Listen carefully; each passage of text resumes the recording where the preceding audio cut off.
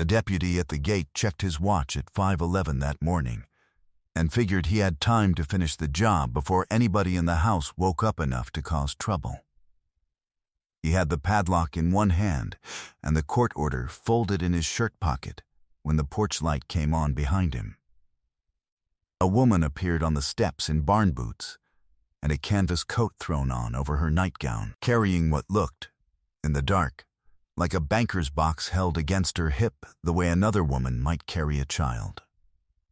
He told her to turn back around and go inside. He made the mistake of saying it twice. 3 other deputies stood near the barn doors, breath showing in the cold, none of them in any particular hurry to be the one who explained to a 71-year-old woman why her own barn was about to be padlocked shut before the sun came up. The radio in the lead cruiser crackled low. Somebody's voice asking for a status nobody answered right away. 40 years of paperwork sat in that box. By the time the sun came up over Floyd County, Virginia, every deputy standing in that barn lot would understand exactly what those 40 years were worth, and so would the county that had sent them out there. Somebody had to write this one down, or it would have been forgotten. If you believe stories like this deserve to be remembered, take a second to subscribe before we go any further. The rest of it matters. Eula Mae Sturgill was 71 years old that November morning and had been milking 38 Holsteins twice a day, mostly alone, since her husband Harlan died in the spring of 2016. The farm sat at the end of a gravel road in the foothills below the Blue Ridge, ground that had belonged to Harlan's family since before either of them could trace it with any certainty. 410 acres of pasture and timber, and 1 dairy barn that Harlan had built with his own hands, and a borrowed loader in the summer of 1979. The milk went out twice a week to Walker Valley Dairy Cooperative, a check that ran somewhere around $9,200 most months, enough to keep the place running, and not much more than that most years. Frost still held in the low pasture that morning, the kind that doesn't burn off until well past 8, and the cows were already lowing the particular impatient sound cows make when milking time comes and nobody's there yet to start the machines. A John Deere tractor sat parked at an angle near the hay barn, exactly where Harlan had always left it overnight, a habit Eula Mae had never seen any reason to change. Eula Mae had a hired man, Wendell Akers, who came 3 mornings a week to help in his old Ford pickup, and he just pulled into the lot when he saw the sheriff's cruisers parked sideways across the drive. The notices, when they came at all, had gone for years to a post office box at a Crossroads store that closed for good in the county's mail consolidation back in 2011. Nobody at the treasurer's office had ever called the farm directly to ask why no response was coming back. A letter dated that September, the first one Eula Mae actually received with her own eyes, said Floyd County held a judgment against the Sturgill property for delinquent real estate taxes running from 1999 through 2002. The principal grown over 22 years of statutory penalty and compounding interest into a balance of $14,380, and that absent payment in full the county would proceed to a tax sale, with the sheriff's office authorized in the meantime to secure the properties, outbuildings, and contents pending that sale.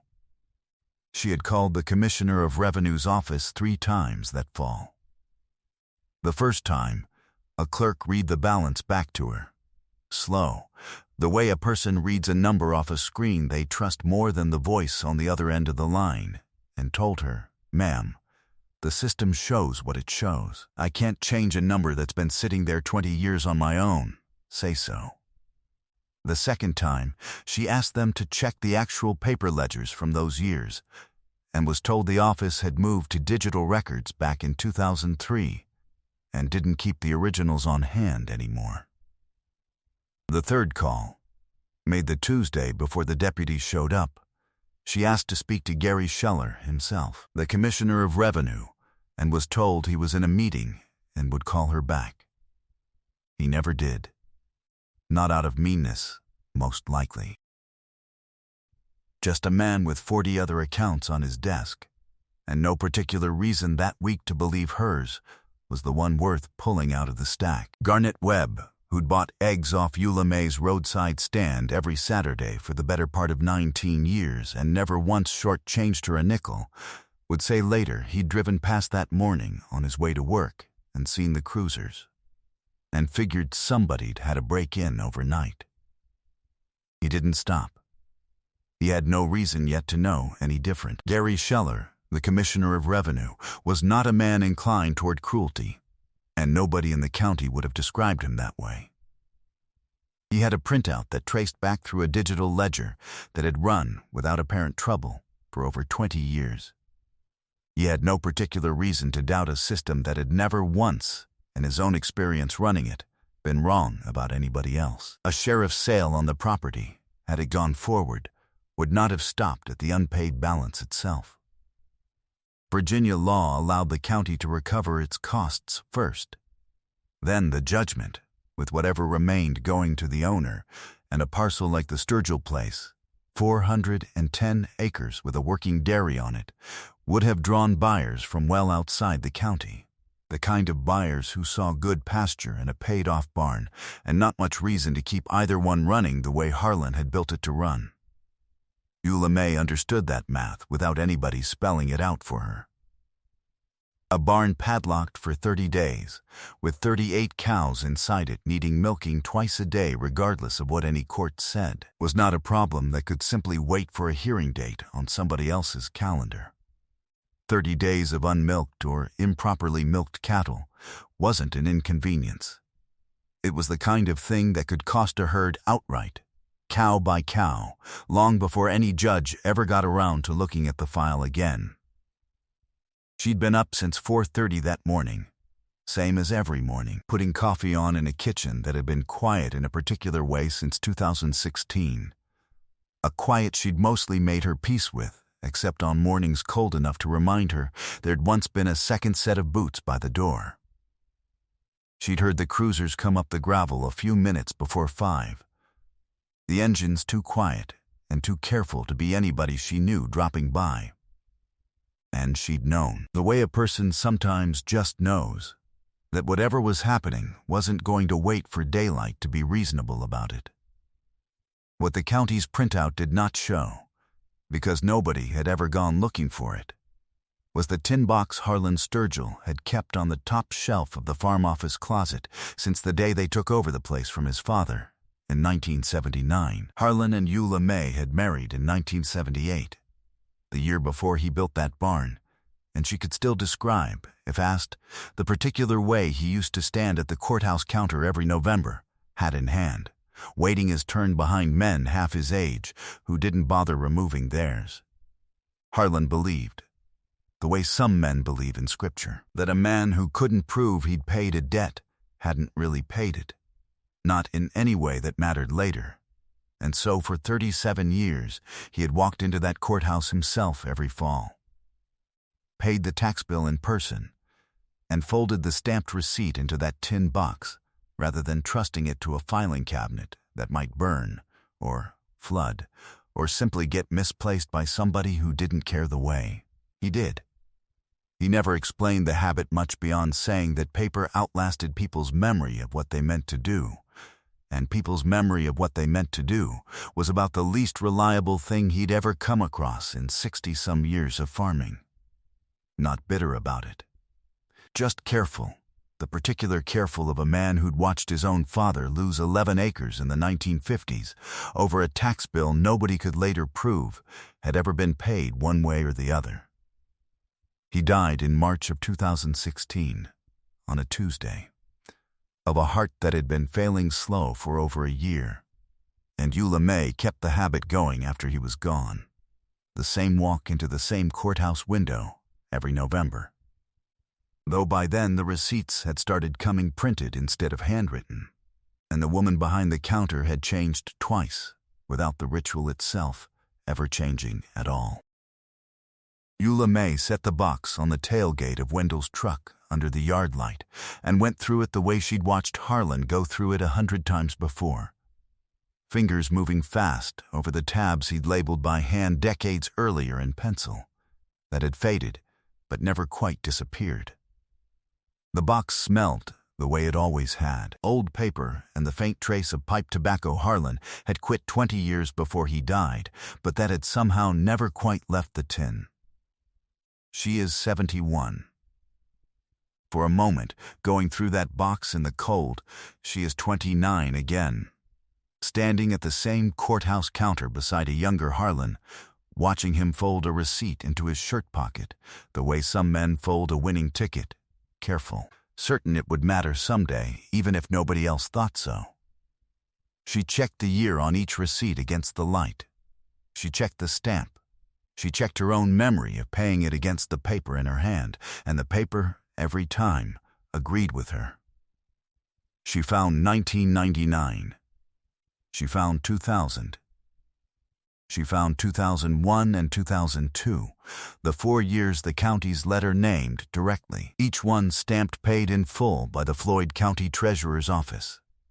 Each one signed by a clerk whose initials Eula May didn't recognize and didn't need to.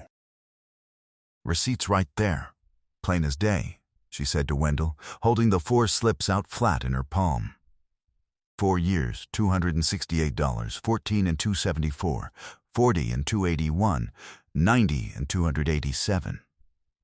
56, paid in full the same fall each was due, $1,112 in total against a county letter now demanding $14,380 for the same 4 years already settled 20-some years earlier. She walked toward the barn with the 4 receipts in one hand and the rest of the box still under her arm. And that was when the deputy told her to turn around and go back inside the house. His name was Wade Pruitt, 34 years old, 2 years into the job, and he had a court order that told him to secure the barn's contents pending a sheriff's sale. Nothing in it about an old woman's filing system. He wasn't cruel about it.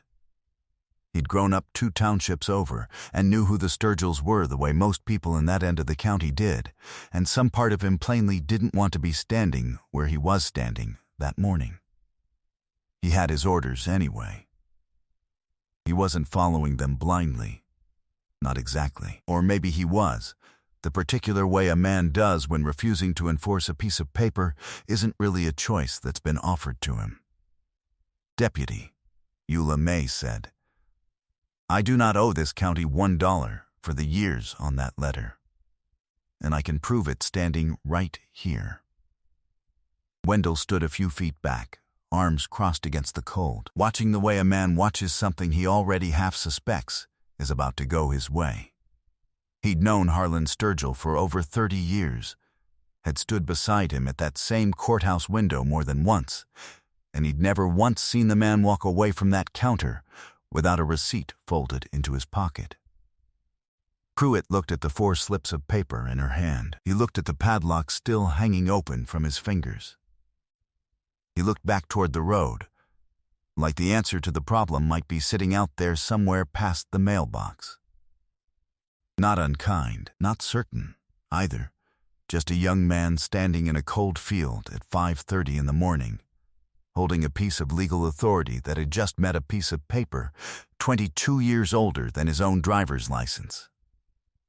The receipts themselves told a story the county's own computer had lost somewhere along the way.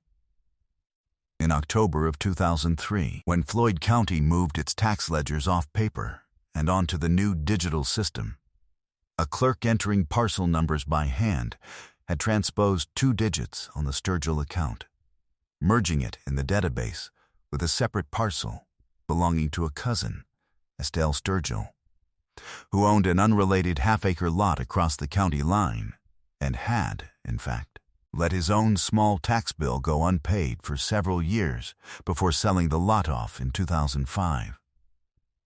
The 2 accounts ran together in the system from that point forward, penalty and interest compounding on a balance that belonged, in truth, to ground Harlan and Eula May had never stopped paying on, while Estelle's actual unpaid years sat folded inside a Sturgill account that had nothing to do with him. It was the kind of error a person could miss for 20 years without ever meaning any harm by it, the way a single wrong number copied into a ledger can sit quiet for decades, drawing interest in the dark, until somebody finally opens the right drawer and asks why it's there. Nobody had caught it, because nobody had reason to look. The software simply kept doing arithmetic on a number nobody had checked since the day it was typed in wrong. Deputy Pruitt radioed his sergeant. The sergeant radioed the treasurer's office, which didn't open for 2 more hours, and in the meantime the cows kept lowing in the dark 38 udders going past due, while a court order and a tin box of paper sat arguing it out in a gravel lot. A cow not milked on schedule doesn't understand court orders or clerical errors. She just stands there, uncomfortable, getting more uncomfortable by the hour, and Eula May knew exactly how many hours she had before discomfort turned into something a vet would need to be called for. Wendell finally said, plain, that the milking had to happen whether the lawyers liked it or not. And Pruitt, after a long minute looking at the padlock still hanging open in his hand, said he didn't suppose a court order said anything specific about cows.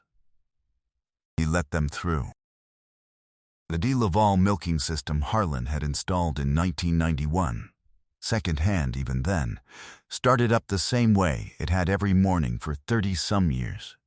A low mechanical hum filling the barn, while 4 sheriff's deputies stood just inside the door, not entirely sure what else they were supposed to be doing. By the time the first dozen cows had been milked, 2 more vehicles had pulled up along the gravel road outside the fence line. Neighbors who'd heard something on the scanner, or from somebody's phone call. Standing at a respectful distance, the way people in that county tend to stand near a thing that isn't fully their business yet, but might become it. Nobody said much. Everybody watched. Her son Roger, who farmed nothing and lived 2.5 hours away in Richmond, heard about it from a cousin's phone call that afternoon and called the house in something close to a panic, offering to drive down that evening and stay the week. Eula May told him the matter was already handled. The cows were milked, and there wasn't a thing left for him to do except maybe come down for Thanksgiving like he'd already promised. He came down for Thanksgiving. He also called every Sunday after that for a while, longer than he had been, though neither of them ever said out loud why. By 9 o'clock that morning, a records clerk pulling the original 2003 conversion files at the county building had found the transposed digits herself. The same 4 receipts confirmed against ledgers that hadn't been opened in over 20 years. Gary Shalor drove out to the farm himself a little after 11, parked behind the same cruisers that had been there since before sunrise, and stood in the cold with his hat in his hand long enough to say plainly that the county owed Eula May Sturgill an apology and a corrected account. She asked him directly how a mistake like that managed to run 22 years without anybody catching it.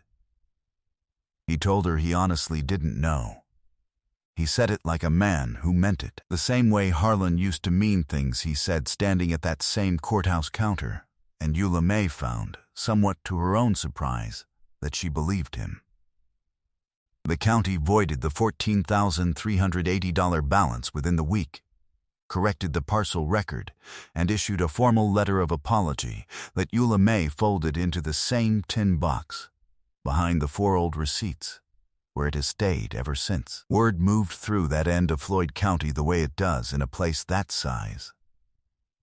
Garnet Webb heard the full version of it from a neighbor 2 Saturdays later, standing at the same roadside stand where he'd driven past without stopping, and told Eula May he was sorry he hadn't thought to ask that morning. Within a month, 2 other families with the Sturgill name on their deeds had gone down to the courthouse themselves, asking the clerk to double-check their own parcel numbers against the old paper ledgers, just to be sure. The clerk found 1 more transposed digit on a small lot belonging to a Sturgill nobody and Eula May's family had even met. She is 71 this winter, still milking 38 head most mornings with Wendell's help 3 days a week. Still walking into that same courthouse window every November, though she has started keeping a second set of copies at the bank now, just in case a tin box and a closet shelf ever aren't quite enough proof for somebody again. Wendell Akers still tells the story to anybody who asks him about that morning, standing at the same gate where he watched an old woman hold a stack of paper against a court order and win. He says the county wasn't wicked, just careless in a way that compounded for 22 years before anybody paid for it. He says a piece of paper, kept long enough and carefully enough, can outlast the system that lost track of it in the first place, and outlast most of the people who built that system too. Harlan Sturgill has been gone 8 years now, and the habit he kept for 37 of them is the reason his wife still owns the ground he built that barn on. Eula May still walks into that courthouse window every November, the same window Harlan used to stand at with his hat in his hand. Some things a man leaves behind are written into a will.